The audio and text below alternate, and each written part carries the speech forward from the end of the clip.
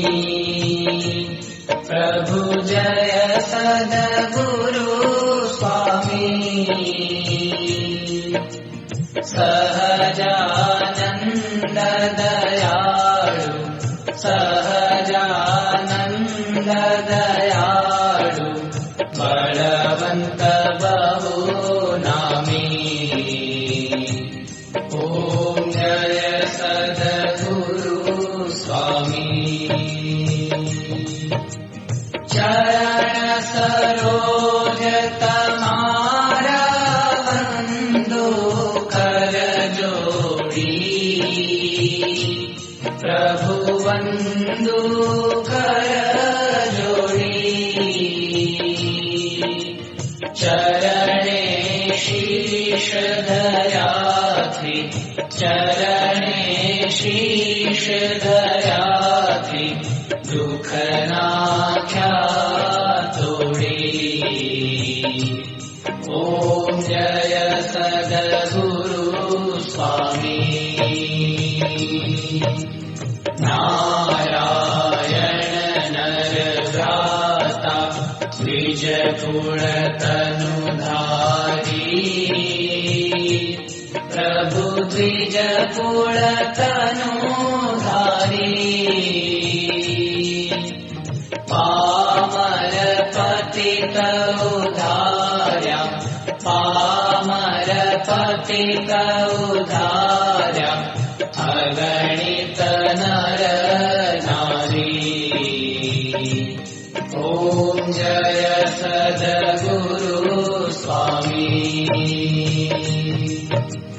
નિત્ય નિત્ય નૌતમ લીલા કરતા વિનાશી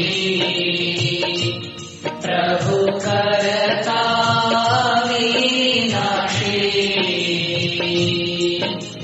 68 તીરથ ચરણે 68 તીરથ ચરણે કોટી ગયા કાશી.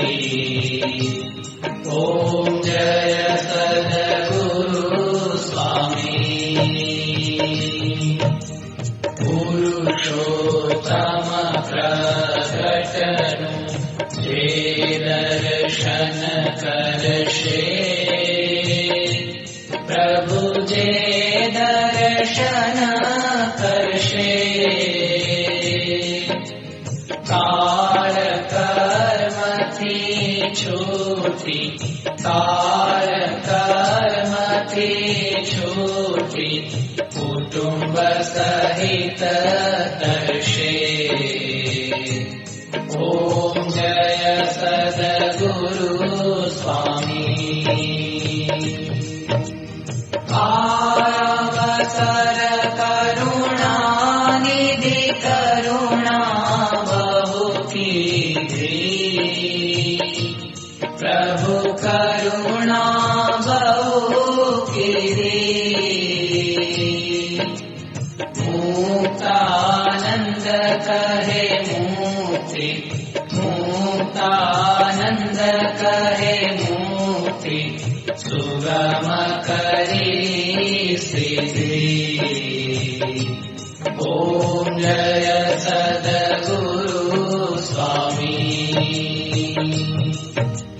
જય સદગુરુ સ્વામી પ્રભુ જય સદગુરુ સ્વામી. સહજાનંદ દયાળુ સહજાનંદ દયાળુ બળવંત બહુ નામી. ઓમ જય સદગુરુ સ્વામી.